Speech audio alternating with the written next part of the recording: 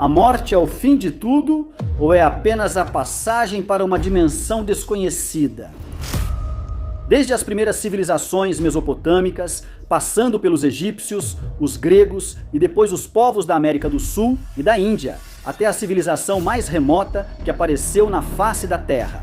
Os homens de todas as épocas e de todos os tempos se questionaram sobre o que é a morte. E a ciência? O que ela pensa sobre a morte? Também nesse caso não existe um pensamento unânime, um pensamento que una todo o mundo científico. Na verdade, vemos visões opostas. Mas quais são os fundamentos sobre os quais essas visões se baseiam? Existem elementos concretos que podem nos permitir investigar esse mistério insondável? Na verdade, sim, e neste vídeo vamos tentar contá-los através de uma investigação histórica e científica, onde vamos tentar delinear tudo o que sabemos sobre a morte. No vídeo, ouviremos histórias de experiências extraordinárias, mas não só isso, descobriremos que, por trás do relato de histórias fora do comum, existem elementos concretos e dados empíricos que possibilitam reflexão e revelam cenários inéditos e revolucionários. Bem, antes de embarcarmos em uma das viagens mais fascinantes aos limites do conhecimento, se ainda não fez isso, convidamos você a se inscrever no canal para apoiar o nosso trabalho e não perder nossos novos vídeos. A chamada morte nada mais é do que um velho assunto, sob alguma nova forma e com outra aparência. Porque todas as coisas são modificadas, mas nada morre, e aqui e ali o espírito voa livre do corpo. Segundo o Livro dos Mortos, os antigos egípcios acreditavam que, após a morte, a alma deixava a terra e iniciava uma jornada no submundo, passando por um julgamento final antes de entrar no além. O julgamento era feito por Osíris, que submetia o falecido a uma longa lista de pecados, e a verdade era estabelecida pesando o coração do falecido em uma balança, que tinha como contrapeso uma pena. Mas os antigos egípcios não eram os únicos a acreditar na imortalidade da alma. Na antiga Índia, dizia-se que ir e vir era apenas uma ilusão, porque a alma nunca vai e nunca vem. Platão e outros filósofos gregos, talvez influenciados pela cultura do Oriente, também afirmavam que a alma era imortal. Mas essa ideia não era exclusiva da Ásia e do Oriente. A maioria das tribos africanas, os aborígenes na Austrália e os indígenas nas Américas tinham a mesma crença. Júlio César, por exemplo, escrevia no De Bello Gallico: Os druidas incutem isso como um dos seus dogmas fundamentais, ou seja, que as almas nunca morrem, mas passam após a morte de um corpo para outro. E eles acreditam que os homens, graças a esse dogma, são impelidos a um ardor extremo, porque o medo da morte não tem razão de existir. Mas essa consciência da imortalidade da alma, de onde nascia, era apenas uma forma de exorcizar o medo da morte? Muitos historiadores acham que esse é um dos principais motivos, e que essa crença fosse apenas fruto da incapacidade dos homens, por um lado, de compreender as leis do mundo, e por outro, uma forma de apaziguar o medo de um evento que, em sociedades pouco desenvolvidas, estava muito presente no cotidiano. E se esses não fossem os únicos motivos e estivéssemos subestimando ou sem compreender um conhecimento comum dessas culturas antigas?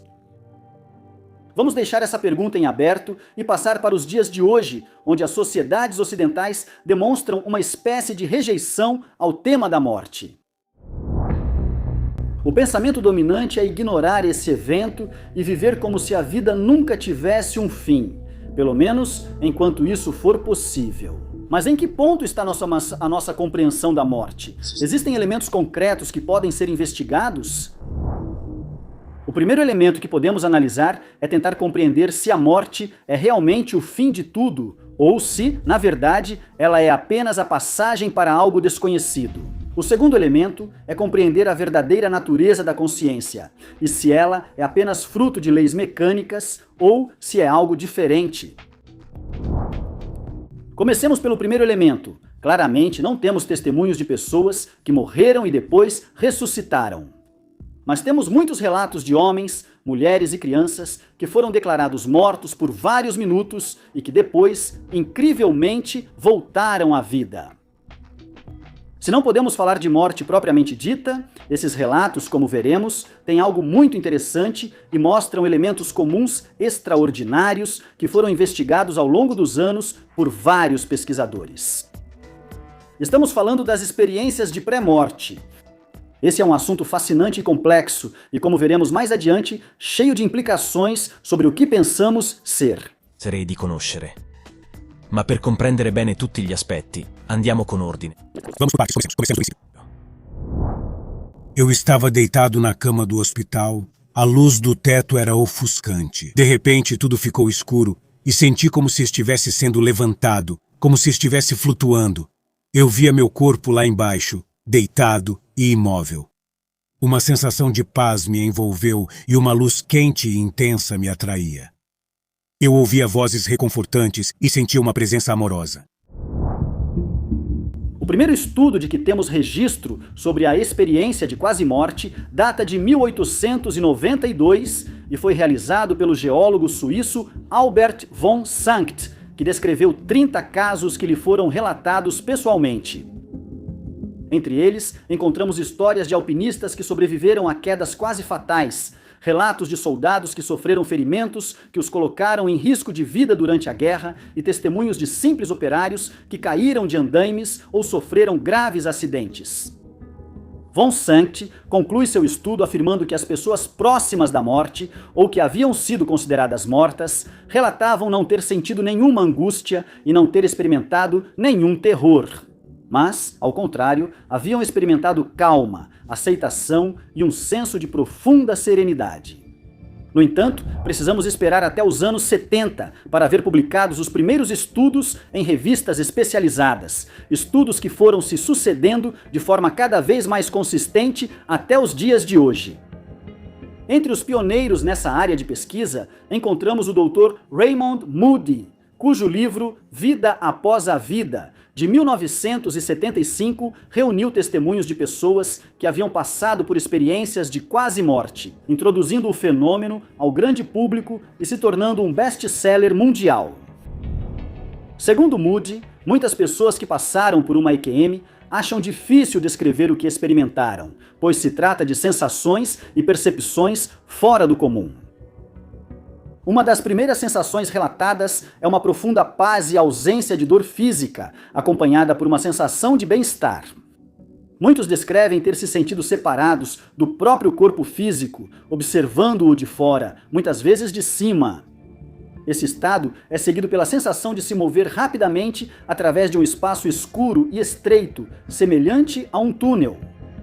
Durante essa experiência, é comum encontrar pessoas falecidas em um ambiente iluminado e reconfortante.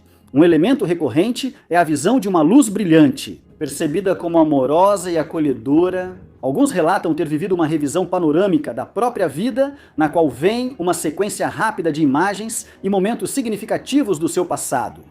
As experiências de quase-morte são frequentemente caracterizadas por um forte senso de amor incondicional e aceitação, emanados da luz ou das entidades encontradas. Em certo momento, as pessoas sentem que estão em um ponto sem retorno, de onde não podem voltar à vida terrena.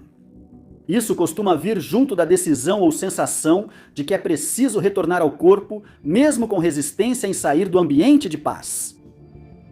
Por fim, muitas pessoas, após essa experiência, relatam uma mudança profunda em sua percepção da vida e de todos os seus valores. Frequentemente, desenvolvem um senso mais profundo de espiritualidade e compaixão, influenciando significativamente sua maneira de viver e de ver o mundo. Nem todos os testemunhos incluem todos os elementos citados por Moody, mas eles ajudam a identificar as características de uma experiência de pré-morte. Também é útil ressaltar que não há correlação entre a descrição dessas experiências e as crenças pessoais ou religiosas dos indivíduos envolvidos, nem foram notadas correlações entre status social ou nível de instrução. Essas experiências ocorrem independentemente de tudo isso. Um dos aspectos mais investigados é certamente aquele em que as testemunhas relatam ter tido experiências extracorpóreas e descrevem detalhadamente todas as manobras de reanimação e os eventos aos quais foram submetidas e dos quais não poderiam ter conhecimento. Esses relatos são importantes, pois podem ser verificados e, por isso, são investigados com atenção pelos pesquisadores. Entre os muitos relatos de experiências extracorpóreas, um caso emblemático é aquele que o renomado cardiologista Pim van Lommel descreveu em seu importante trabalho sobre experiências de quase morte, que resultou na publicação do livro Consciência Além da Vida. Além de ter sido publicado em vários artigos na revista científica Lancet. Neste episódio, em particular, Van Lommel relata o testemunho verificado de uma enfermeira da unidade coronariana. Durante o turno da noite, a equipe de uma ambulância traz um homem de 44 anos em estado de coma. Internado na unidade coronariana, ele é ventilado artificialmente com balão e máscara. A massagem cardíaca é continuada e o paciente é desfibrilado. Quando estou prestes a intubar o paciente, percebo que ele está com uma dentadura na boca. Antes de intubá-lo, removo a dentadura de cima e a coloco no carrinho de emergência. Após cerca de 90 minutos, o paciente apresenta um ritmo cardíaco adequado e uma pressão suficiente, sendo transferido para a terapia intensiva. Depois de mais de uma semana em coma, o paciente retorna à unidade coronariana e eu o encontro quando passo para fazer os curativos. Assim que me vê, ele me diz: "Sim, mas vocês sabem onde está minha dentadura?" Eu fico de boca aberta. E então ele me diz: "Sim, você estava lá quando me levaram para o hospital. Você tirou minha dentadura da minha boca e colocou no carrinho. Tinha todas aquelas garrafas em cima, e você colocou no gavetão deslizante." Eu fiquei totalmente chocada, porque me lembrava que isso aconteceu enquanto o paciente estava em coma profundo e estava sendo reanimado. Depois de mais perguntas, fiquei sabendo que o paciente se viu deitado na cama e observou de cima as enfermeiras e os médicos que o reanimavam. Outros casos muito significativos são as experiências extracorpóreas, relatadas por testemunhas com problemas de visão ou até mesmo cegas de nascença, que contam ter visto o que estava acontecendo com elas, como a testemunha Vicky, descrita no livro de Ring e Cooper. Em 1973, Vicky, uma jovem de 23 anos, cega de nascença, durante um acidente de carro foi lançada para fora do veículo em que viajava. Uma fratura craniana e vários traumas graves causaram coma imediato nela. Apesar de ser cega, a mulher conseguiu ver e reconhecer o carro destruído no acidente e descrevê-lo em detalhes, e mais tarde, na sala de cirurgia, foi capaz não só de ver seu próprio corpo, mas também de descrever em detalhes tudo o que aconteceu com ela. Eu nunca tinha visto nada, nem luzes, nem sombras, nem qualquer outra coisa. Muitas pessoas me perguntam se eu vejo preto. Não, eu não vejo preto. Eu simplesmente não vejo absolutamente nada. Lembro que eu estava no hospital e foi assustador porque eu não estou acostumada a ver as coisas. Porque eu nunca fiz isso antes. Eu reconheci minha aliança e meu cabelo e pensei: aquela ali deitada sou eu. Eu morri ou o quê? Enquanto isso, os médicos e enfermeiros corriam ao redor do meu corpo e continuavam dizendo: não conseguimos trazê-la de volta. Mas o relato de Vicky não para por aí. Ela afirma ter ouvido um som como de sininhos e logo depois ter voado além do teto do hospital, sendo então atraída por uma luz. Naquele instante, ela notou que era levada a outro mundo, onde foi recebida por alguns conhecidos que haviam morrido alguns anos antes e, após conversar com eles, foi mandada de volta ao seu corpo. O fato de uma mulher cega de nascença, com a parte visual do córtex cerebral não desenvolvida, conseguir ver as pessoas e o que está ao redor, claramente levanta-me a questão de como tudo isso pode ser possível. Mas tentaremos responder a essa pergunta na última parte do vídeo. Antes, precisamos eliminar algumas das objeções mais comuns.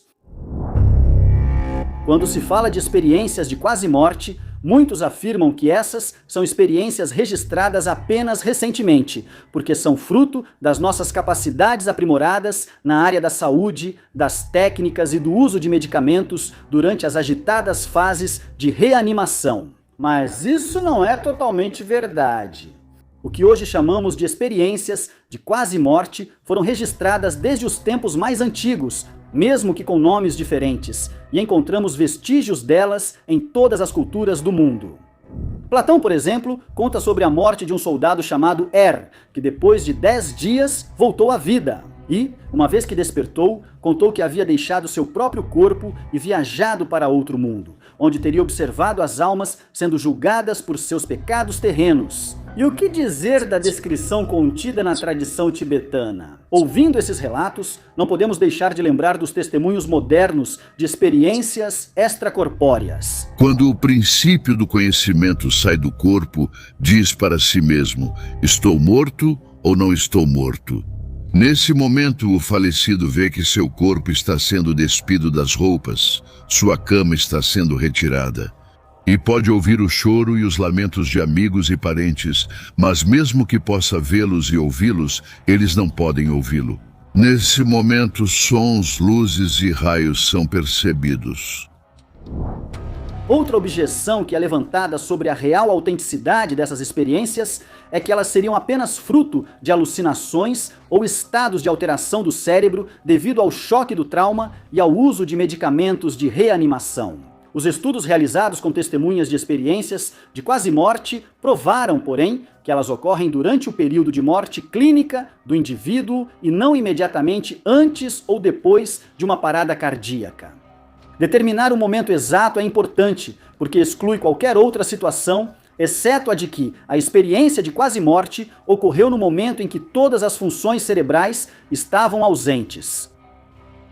Se, portanto, partirmos do pressuposto de que a consciência é um produto do cérebro, no momento em que este deixa de mostrar qualquer sinal de funcionalidade, é impossível que ocorram sinais de consciência. Estudos realizados tanto em humanos quanto em animais mostraram que, durante uma parada cardíaca induzida, a perda de atividade tanto do córtex cerebral quanto do tronco encefálico causa inconsciência em poucos segundos.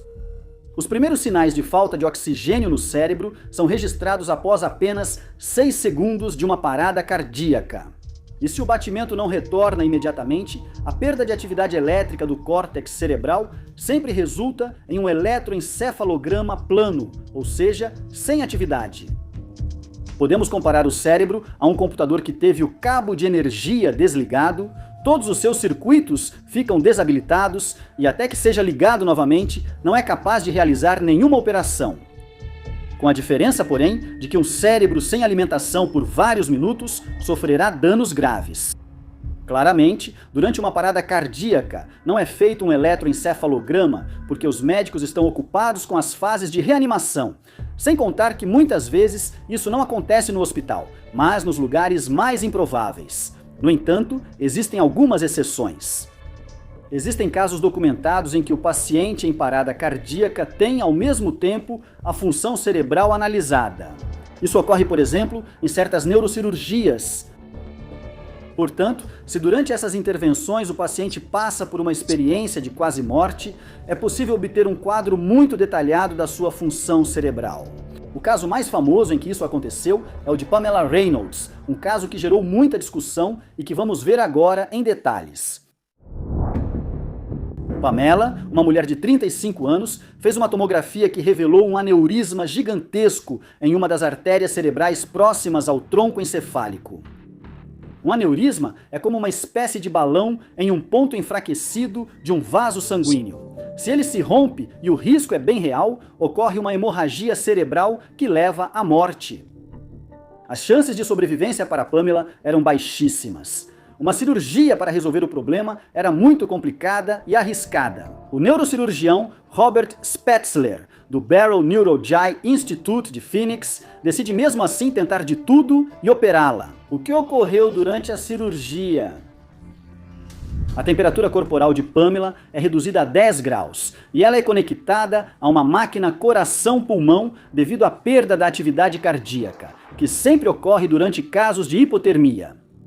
A hipotermia é induzida com o objetivo de preservar as células cerebrais, pois durante a cirurgia, para operar o aneurisma, todo o sangue presente na cabeça dela será retirado. A atividade elétrica do tronco encefálico e do córtex cerebral é monitorada durante todas as fases da cirurgia.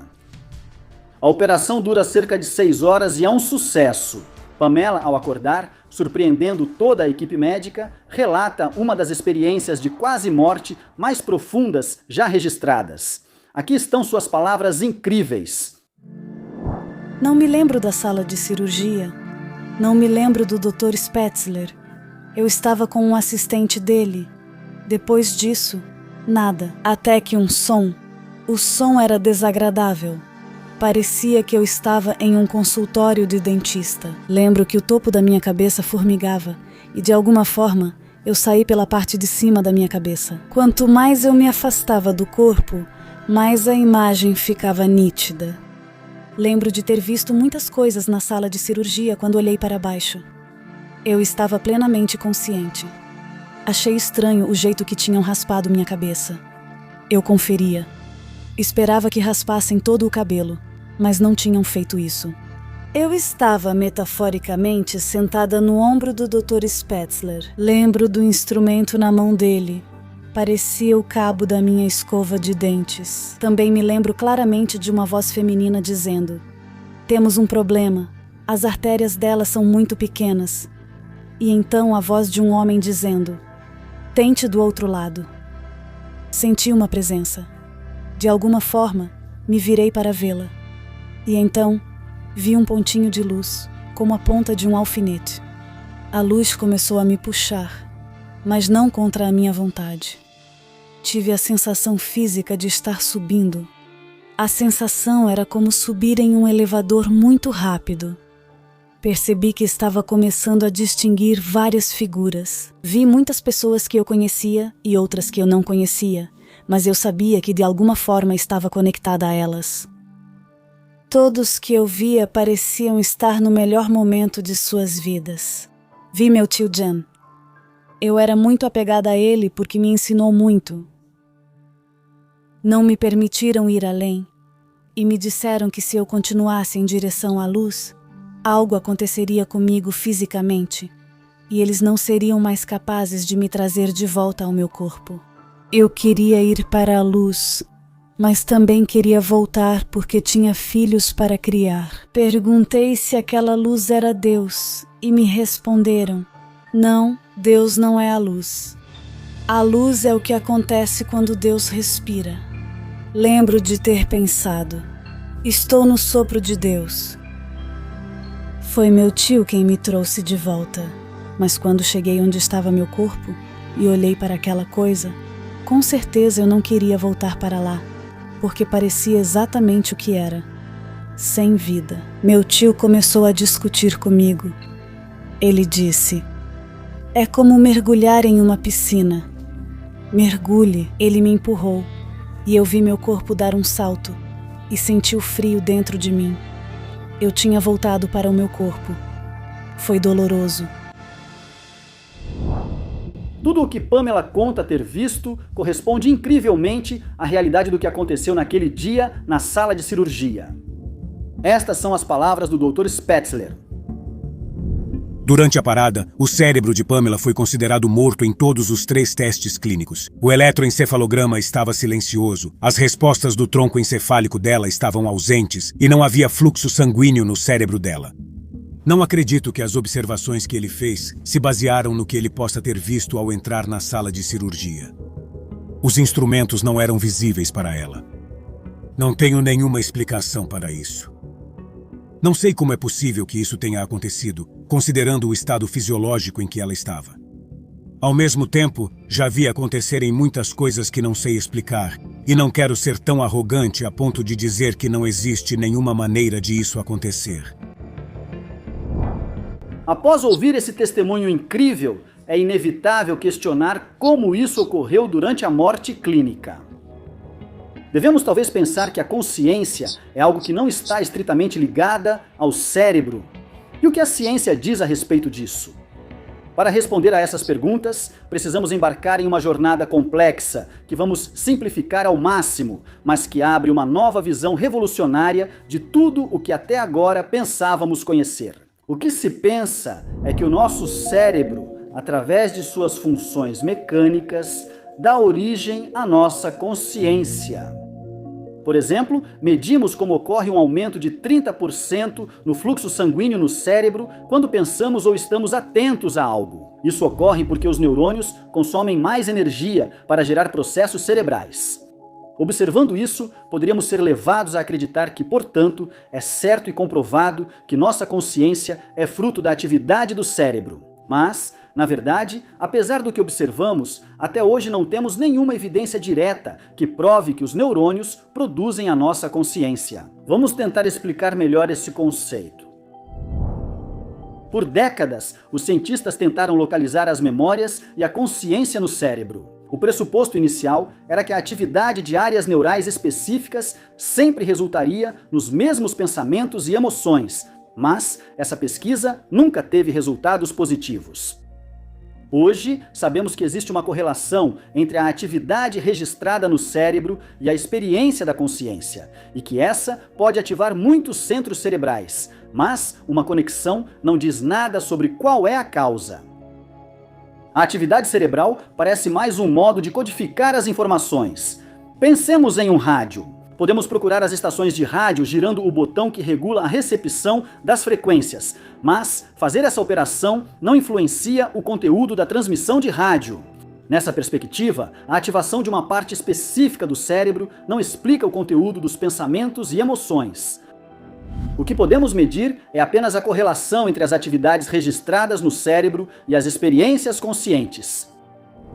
É o que o filósofo e neurocientista Alva Noé escreve em um de seus livros. A ideia de que nós somos o nosso cérebro não é algo que os cientistas estudaram. É, na verdade, um preconceito. Que a consciência surge no cérebro é algo que nunca é colocado em dúvida. É um ponto de partida indiscutível. Hoje temos motivos para rejeitar esse preconceito.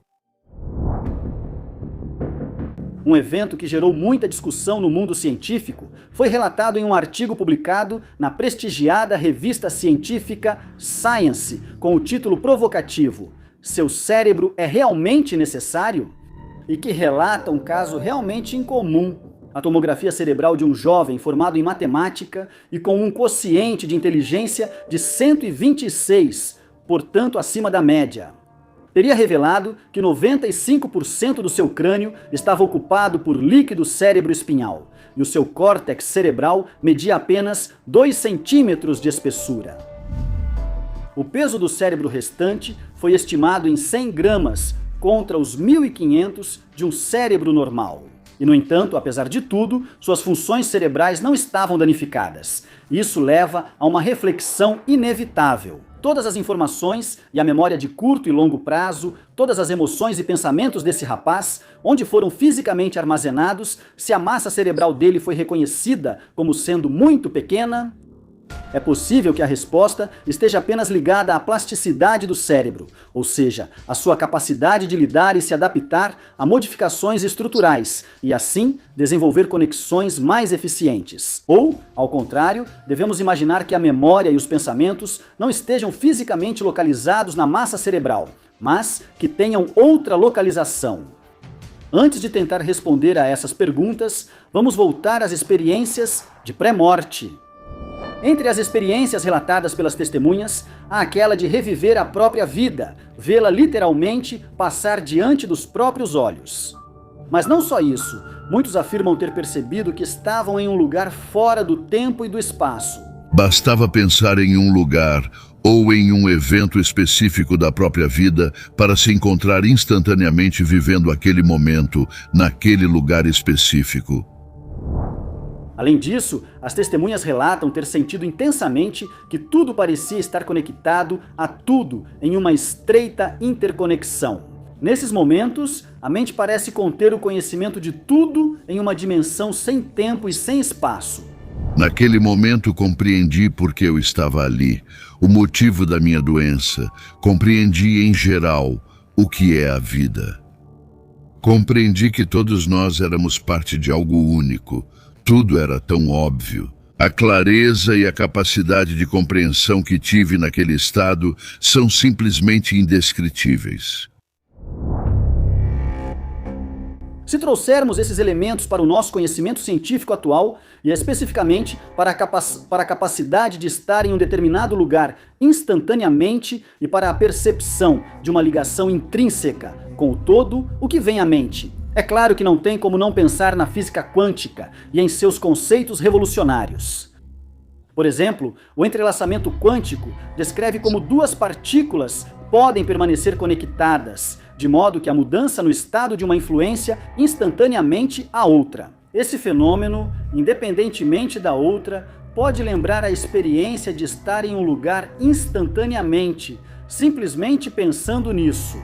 Da mesma forma, a teoria do campo de ponto zero sugere uma energia universal que permeia todo o espaço e tempo. Evoque a ideia de um vínculo intrínseco entre todas as coisas, semelhante à sensação de conexão universal relatada nas experiências de quase morte. Esses paralelos nos levam a reconsiderar as visões tradicionais sobre a consciência e a realidade, sugerindo que talvez estejamos apenas começando a compreender profundamente a natureza da nossa existência e da nossa mente. Vamos imaginar agora que o cérebro seja como uma televisão. A televisão é o aparelho que recebe sinais e os transforma em imagens e sons, permitindo que vejamos e ouçamos programas de TV.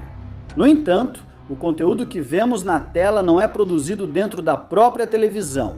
Em vez disso, ele é transmitido por uma estação de TV externa, através de ondas eletromagnéticas. Da mesma forma, podemos considerar o cérebro como um receptor ou decodificador de sinais de consciência, em vez de ser o produtor da consciência.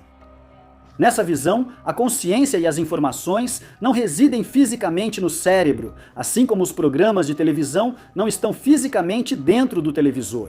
O cérebro, assim como o televisor, interpreta e decodifica esses sinais, permitindo que experimentemos pensamentos, memórias e percepções. Agora imagine que sua consciência, normalmente sintonizada no canal do aqui e agora, através do cérebro, se desconecte temporariamente desse estado físico.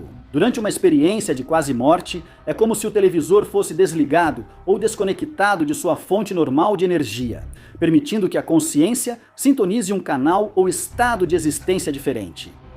Nesse novo estado, a consciência não é mais limitada pelas barreiras físicas do corpo e do cérebro, estando livre para explorar outras dimensões da realidade.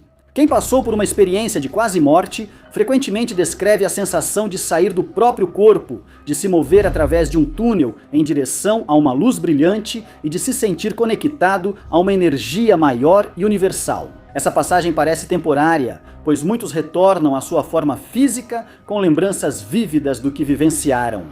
Isso sugere que a consciência pode existir independentemente do corpo físico, operando em um nível diferente, semelhante a como uma televisão pode sintonizar um novo sinal ou canal. Se olharmos para a nossa fisiologia, também sabemos que nossas células e nossos neurônios se regeneram continuamente. A regeneração celular é um fenômeno bem documentado. As células da pele se renovam a cada 2 semanas, enquanto as do fígado se regeneram a cada 6 meses. Até mesmo os neurônios do cérebro passam por mudanças. Apesar do mito de que os neurônios são estáticos durante toda a vida, a neurogênese, que é a formação de novos neurônios, ocorre principalmente no hipocampo, uma região associada à memória. Isso levanta uma questão fundamental. Se os neurônios se regeneram e se modificam, onde exatamente residem nossos pensamentos, memórias e emoções? Como podem ser guardados em estruturas em constante mudança?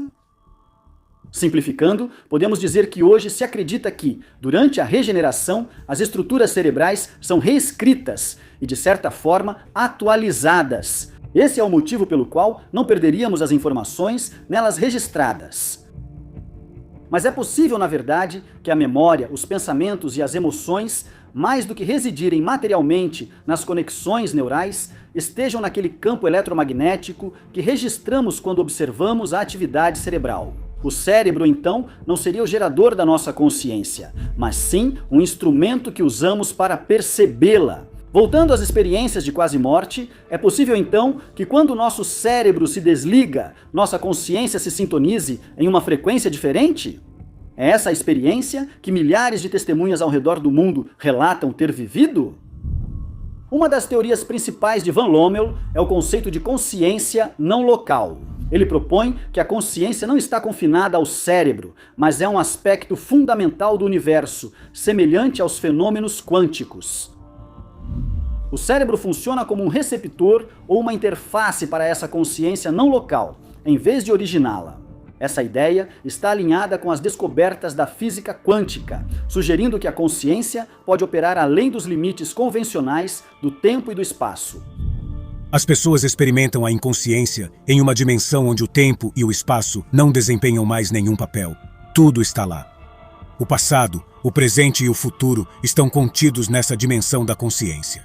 A dimensão é amor e sabedoria incondicionais. Nessa dimensão, existe apenas o sujeito e tudo está conectado instantaneamente.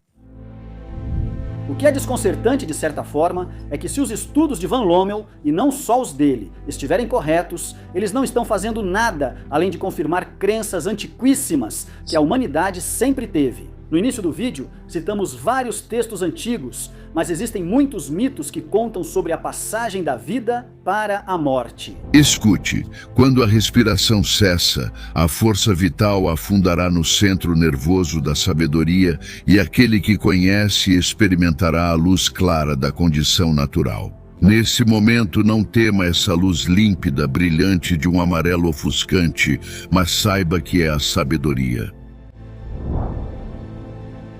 E se a resposta para o maior enigma que o homem já se fez estivesse expressa em uma tradição antiquíssima, da qual perdemos a origem, mas que, de formas e modos diferentes, sempre esteve diante dos nossos olhos? Claramente, não temos uma resposta definitiva para essa pergunta, mas, como vimos neste vídeo, há muitos indícios que merecem ser investigados e aprofundados. Chegando a este ponto, estamos realmente curiosos para conhecer a sua opinião ou as suas experiências sobre o assunto que tratamos hoje. Escrevam nos comentários o que vocês acham e, se gostaram do vídeo, não se esqueçam de se inscrever no canal para apoiar o nosso trabalho. Até a próxima história!